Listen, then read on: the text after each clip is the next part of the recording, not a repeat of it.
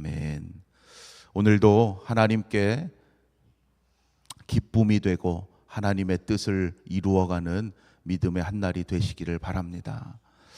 오늘 함께 봉독한 신명기 21장은 인간의 여러 가지 불행이나 악행의 상황들을 다루고 있습니다.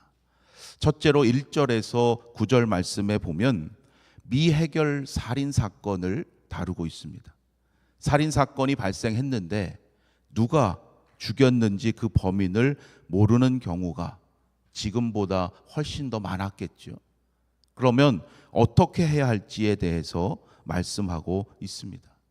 지금처럼 CCTV도 없었고 과학적인 증거 분석이 가능하지 않았던 시대였습니다. 하지만 그렇다고 해서 그러한 미해결 살인 사건을 그대로 두지 않도록 했습니다.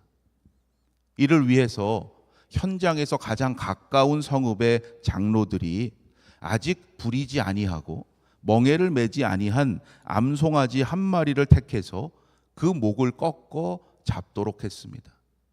그리고 그 송아지 위에 냇물에 손을 씻고 자신들은 이 살인 사건과는 아무리 관련이 없다라는 것을 선포하도록 했습니다. 이것은 빌라도가 예수님 재판할 때를 연상시키죠. 자기는 이 사건과는 아무런 관련이 없고 무죄하다는 표시로 손을 씻은 것을 연상하게 합니다. 본문에서 말하는 중요한 의미는 그 송아지가 마땅히 죽어야 할 살인자를 대신해서 죽는다는 것입니다. 그렇다면 송아지를 잡는 곳이 왜 물이 항상 흐르고 갈지도 않고 씨 뿌리지도 않은 골짜기여야 하는가? 우리는 그 의미를 생각해 볼 필요가 있습니다. 물이 항상 흐르는 곳이죠. 그렇기 때문에 송아지의 그 피가 물에 흘러내려가게 되는 겁니다. 경작할 수 없는 험한 골짜기의 땅이기 때문에 그 땅 속에 스며든 피가 앞으로 밭을 가는 일 등으로 다시 겉으로 드러나는 일이 없을 것이기 때문입니다. 이것은 곧 영원히 그 죄와 허물, 피 흘림을 제해 버리시겠다는 뜻입니다. 대신 죽는 송아지, 그 송아지는 피를 흘려 죽음으로 의심을 받을 뻔한 그 누명을 쓸 뻔한 사람의 삶을 살리고 또는 어딘가에 지금 분명히 있을 그 살인자를 대신해서 제물이 되게 하셨습니다. 우리 예수님이 우리의 죄를 대속하시는 제물이 되신 것도 이와 마찬가지죠. 예수님이 우리 대신 죽음으로써 하나님은 우리의 죄를 영원히 제거해 주신 겁니다. 우리는 그만큼 귀한 존재라는 것을 잊지 말아야 합니다. 하나님의 아들 예수 그리스도께서 나를 위해서 죽으실 정도로 존귀한 존재라는 것을 여러분 잊지 마시고 오늘도 나에게 생명 주심에 감사하며 하나님의 뜻을 이루어 가시는 복된 한 날이 되시기를 바랍니다. 둘째로 10절로 14절에 보면 여성 전쟁 포로의 문제를 다루고 있습니다. 지금도 물론 그렇지만 당시 고대 근동 지역의 문화 속에서 포로라는 존재는 인권이라는 것은 감히 상상도 할 수 없었던 상황입니다. 포로를 잡은 사람이 그 포로를 자신의 마음대로 처리할 수 있었던 시대예요. 그런 시대에 더군다나 여성 포로에 대해서 이렇게 하라 율법으로 규정하고 계신 거예요. 마음대로 겁탈하거나 함부로 첩으로 삼아서는 안 된다는 거예요. 진정으로 그녀를 원한다면 아내의 지위를 부여하도록 규정했습니다. 그러할 경우에도 자세한 절차를 명하셨어요. 여성 포로가 자신의 부모와 이별하도록 애도 기간을 주어야 했고 한 달간의 그 애도 기간 중에는 이 여인과 성적인 관계를 하지 못하도록 했습니다. 이후에 만일 남자의 마음이 변하면 여자를 자유인으로 놓아주도록 했어요. 다시 여인을 팔지 못하도록 한 거죠. 이처럼 하나님의 율법은 힘 있는 자의 욕망을 제한하시는 것이고, 반대로 힘 없는 자에게 자유와 인권을 보호하고자 하는 것이었음을 우리가 보게 됩니다. 그 다음 이어지는 다른 규정들도 이와 동일한 목적을 가지고 있어요. 15절로 17절 말씀에 보면 상속의 권리에 대해서 규정하고 있습니다. 일부 이처 혹은 일부 다처의 상황에서 더 사랑받는 아내가 있었을 것이고 그렇지 못한 아내가 있었겠죠. 그러할 때 그 여인에 대한 사랑의 차이로 인해서 그 여인들의 자녀들이 불공정하게 분배받는 일이 없도록 했던 거예요. 마지막 18절로 21절에서 다루고 있는 규정은 특별히 오늘 이 시대에 우리가 진지하게 묵상하고 고민해야 될 내용을 담고 있습니다. 부모의 권위를 무시하고 불순종하는 패역한 자식을 어떻게 해야 되느냐. 아들이 아버지의 차별과 편견 때문에 고통당해서는 안 된다고 말하는 것처럼 부모도 마찬가지예요. 아들의 완악하고 패역함 때문에 부모가 고통당해서는 안 된다고 말하는 겁니다. 부모가 아들을 위해서 최선을 다해서 훈육을 하지요. 그게 부모의 마땅한 책임 아닙니까? 그런데 도저히 더 이상 감당이 안 된다고 여겨질 때가 있을 텐데 그때는 어떻게 해야 되느냐? 장로들에게 데려가게 했어요. 이것은 그 자녀의 문제를 그 가정의 책임만으로 생각하지 말라는 뜻입니다.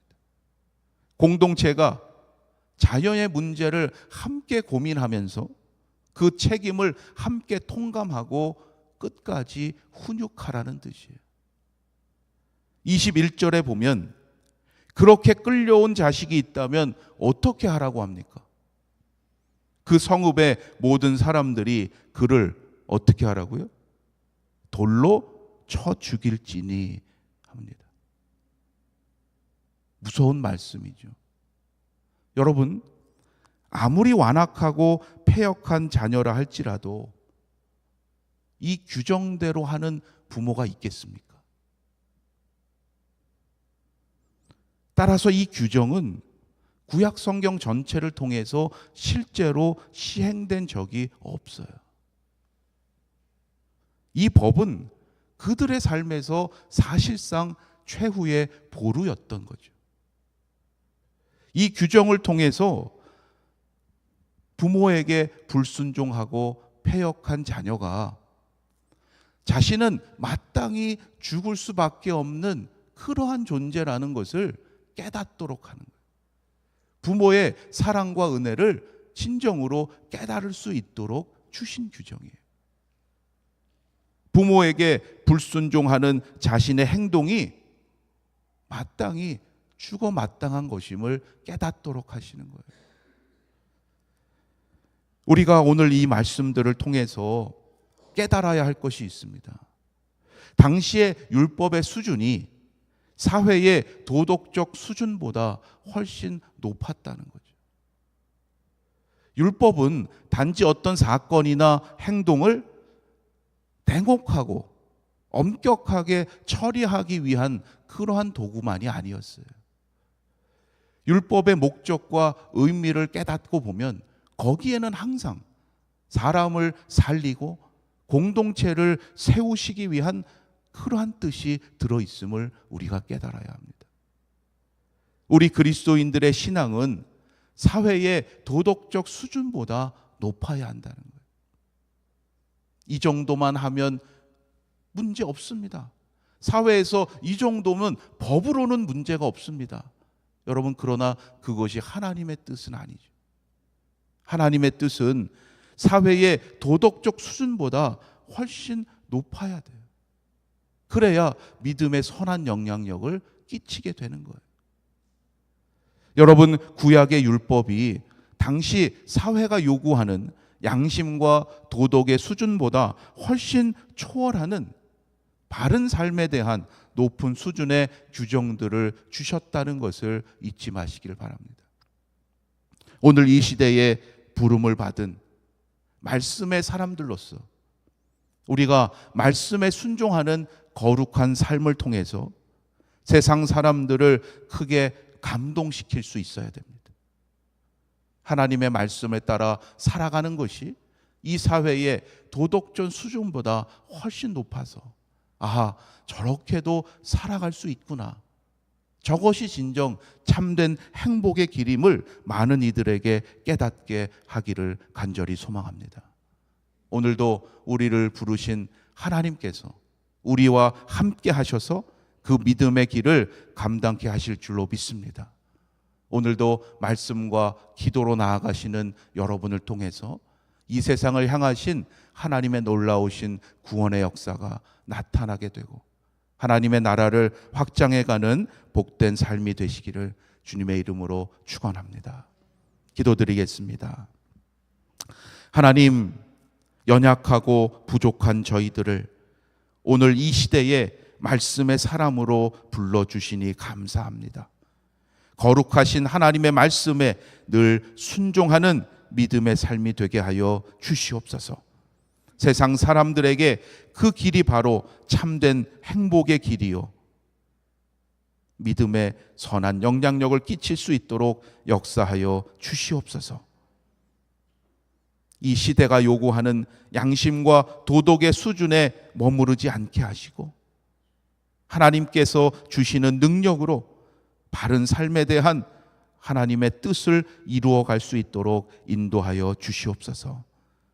오늘도 말씀과 기도로 나아가는 우리 아연의 성도들에게 하늘의 능력을 더하여 주시고 이 세상을 향한 하나님의 마음과 뜻을 전하며 이루어갈 수 있도록 인도하여 주시옵소서.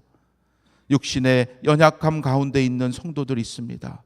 특별히 병상에서 하루를 시작하는 성도들의 하나님 이 시간 친히 찾아가 주셔서 치유의 손으로 안수하여 주시고 다시금 강건함으로 회복시켜 주시옵소서. 우리의 자녀들을 위하여 이 시간 또한 기도합니다. 하나님, 믿음의 부모로서 마땅히 가르치고 삶으로 본을 보이는 부모 되도록 도와주시옵소서. 그들의 앞길을 친히 인도하여 주시고 하나님께서 항상 함께 하심을 깨닫게 하시며 그로 말미암아 부모에게 큰 기쁨이 되는 믿음의 자녀들 되도록 인도하여 주시옵소서. 모든 것 하나님께 맡기옵고 우리 주 예수 그리스도의 이름으로 기도하옵나이다. 아멘.